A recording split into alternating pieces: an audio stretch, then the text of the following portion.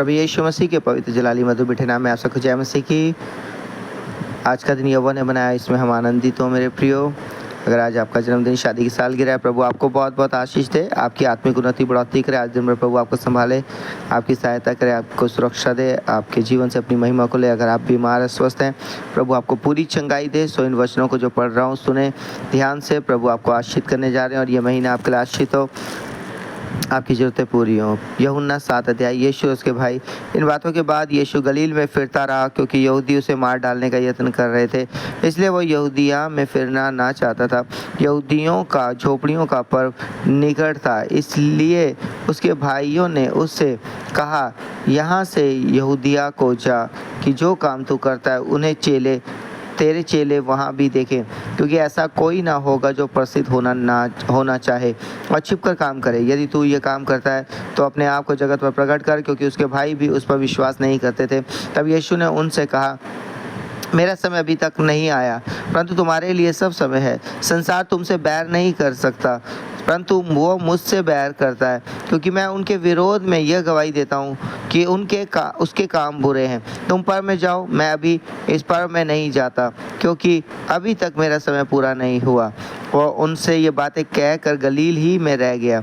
झोंपड़ियों के पर्व में यीशु, परंतु जब उसके भाई पर्व में चले गए तो वह स्वयं भी प्रकट में नहीं, परंतु मानो गुप्त रूप से गया।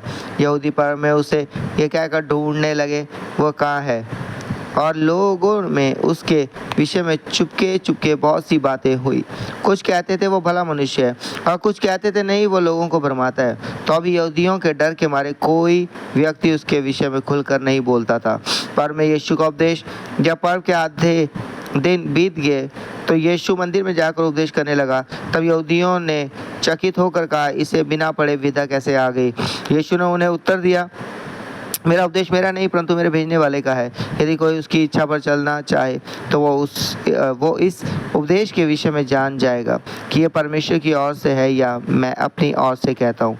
जो अपनी ओर से कुछ कहता है वो अपनी ही बड़ाई चाहता है, परंतु जो अपने भेजने वाले की बड़ाई चाहता है वही सच्चा है, उसमें अधर्म नहीं। क्या मूसा ने तुम्हें व्यवस्था नहीं दी, तो अभी तुम में से कोई व्यवस्था पर नहीं चलता। तुम क्यों मुझे मार डालना चाहते हो। लोगों ने उत्तर दिया, तुझ में दुष्ट आत्मा है, कौन तुझे मार डालना चाहता है। यीशु ने उनको उत्तर दिया, मैंने एक काम किया और तुम सब आश्चर्य करते हो। इसी कारण मूसा ने तुम्हें खतने की आज्ञा दी है। यह नहीं कि वो मूसा की ओर से है, परंतु बाप दादों से चली आई है। और तुम सब के दिन मनुष्य का खतना करते हो।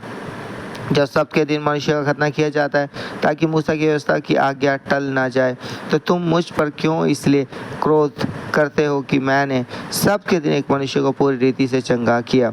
मुंह देखा न्याय ना करो, परंतु ठीक ठीक न्याय करो। क्या यीशु ही मसीह है। तब कुछ यरूशलेमी वासी कहने लगे, क्या ये वही है। वही नहीं जिसे मार डालने की प्रयत्न किया जा रहा है, परंतु देखो वो तो खुल्लम खुल्ला बातें करता है और कोई उससे कुछ नहीं कहता। क्या सरदारों ने सच जान लिया कि यही मसीह है। इसको तो हम जानते हैं कि यह कहाँ का है, परंतु मसीह जब आएगा तो कोई ना जानेगा कि वो कहाँ का है। तब यीशु ने मंदिर में उपदेश देते हुए पुकार के कहा, तुम मुझे जानते हो और ये भी जानते हो कि मैं कहाँ का हूँ। मैं तो आपसे नहीं आया, परंतु मेरा भेजने वाला सच्चा है, उसको तुम नहीं जानते। मैं उसे जानता हूँ, क्योंकि मैं उसकी ओर से हूँ और उसी ने मुझे भेजा है। इस पर उन्होंने उसे पकड़ना चाहा, तो अभी किसी ने उस पर हाथ ना डाला, क्योंकि उसका समय अब तक ना आया था। फिर भी भीड़ में से बहुत से लोगों ने उस पर विश्वास किया और कहने लगे, मसीह जब आएगा तो क्या इससे अधिक आश्चर्यक्रम दिखाएगा जो इसने दिखाए। यीशु को पकड़ने का प्रयास। फरीसी लोगों को उसके विषय में ये बातें चुपके करते सुना, और प्रधान याजकों फरीसियों ने उसे पकड़ने को सिपाही भेजे। इस पर यीशु ने कहा, मैं थोड़ी देर तक और तुम्हारे साथ हूँ, तब अपने भेजने वाले के पास चला जाऊँगा। तुम मुझे ढूंढोगे परंतु नहीं पाओगे, और जहाँ मैं हूँ वहाँ तुम नहीं आ सकते। इस पर यहूदी ने आपस में कहा, यह कहाँ जाएगा कि हम इसे ना पाएंगे। क्या वो उनके पास जाएगा जो यूनानियों में तितर बितर होकर रहते हैं और यूनानियों को भी उपदेश देगा। यह क्या बात है जो उसने कही कि तुम मुझे ढूंढोगे परंतु ना पाओगे, और जहाँ मैं हूँ वहाँ तुम नहीं आ सकते। जीवन जल की नदियाँ। पर्व के अंतिम दिन जो मुख्य दिन है, यीशु खड़ा हुआ और पुकार कर कहा, यदि कोई प्यासा हो तो मेरे पास आए और पिए। जो मुझ पर विश्वास करेगा, जैसा पवित्र शास्त्र में आया है, उसके हृदय में से जीवन के जल की नदियाँ बह निकलेंगी। उसने ये वचन पवित्र आत्मा के विषय में कहा जिसे उस पर विश्वास करने वाले पाने पर थे, क्योंकि आत्मा अब तक ना उतरा था, क्योंकि यीशु अब तक अपनी महिमा को ना पहुंचा था। तब भीड़ में से किसी ने ये बातें सुनकर कहा, सचमुच यही वो भविष्यवक्ता है।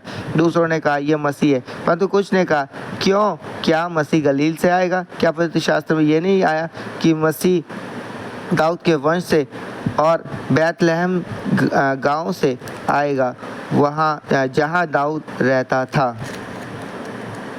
अतः उसके कारण लोगों में फूट पड़ गई। उनमें से कुछ उसे पकड़ना चाहते थे, परंतु किसी ने उस पर हाथ ना डाला। यहूदी अगुओं का अविश्वास। तब सिपाही प्रधान याजकों और फरीसियों के पास लौट आए। उन्होंने उनसे कहा, तुम उसे क्यों नहीं लाए? सिपाहियों ने उत्तर दिया, किसी मनुष्य ने कभी ऐसी बातें नहीं की। फरीसियों ने उसको उत्तर दिया, क्या तुम भी भरमाए गए हो? क्या सरदारों या फरीसियों में से किसी ने भी उस पर विश्वास किया है? परंतु ये लोग जो व्यवस्था नहीं जानते शापित हैं। निकोदेमुस ने जो पहले उसके पास आया था और उनमें से एक था, उनसे कहा, क्या हमारी व्यवस्था किसी व्यक्ति को जब तक पहले उसकी सुनकर जान ना ले कि वह क्या करता है दोषी ठहराती है? उन्होंने उसे उत्तर दिया, क्या तू भी गलील का है?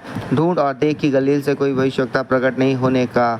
तब सब कोई अपने अपने घर चले गए। सो परमेश्वर दस पढ़े चुने सुने हुए कलाम के दम सबको बहुत बहुत आशीष दे। आमीन। आइए प्रार्थना करेंगे। दयालु प्रभु, आपके सम्मुख आते हैं, रात भर के पहले अगले प्रातःकाल के अश्निकल धन्यवाद करते हैं। आज दिन भर संभाले प्रभु, अपने लोगों की सहायता करें, उनकी जरूरतें पूरी करें, उनके घर परिवार में कोई कमी घटी ना हो। पिता पुत्र पवित्र आत्मा की हजूरी की तरह प्रभु आप उनकी अगुवाई करें प्रभु, और वो आपकी हजूरी स्पर्श को अपने साथ महसूस करें और कोई कमी घटी ना हो प्रभु। यीशु नाम में उनकी अगुवाई करें। आज का दिन प्रभु जी उनके लिए आशीष हो। अगर आज किसी का जन्मदिन, शादी की सालगिरह, उन्हें आशीष करें, और अगर कोई बीमार उन्हें छूकर चंगाई दे, उनके बेटे बेटियों को आशीष करें, जहाँ कहीं आते जाते हैं सुरक्षा दे प्रभु। आपके हजूरी के धन्यवाद हो। प्रार्थना सुनने के लिए धन्यवाद। ये प्रार्थना यीशु मसीह के नाम से मांगते हैं। आमीन आमीन।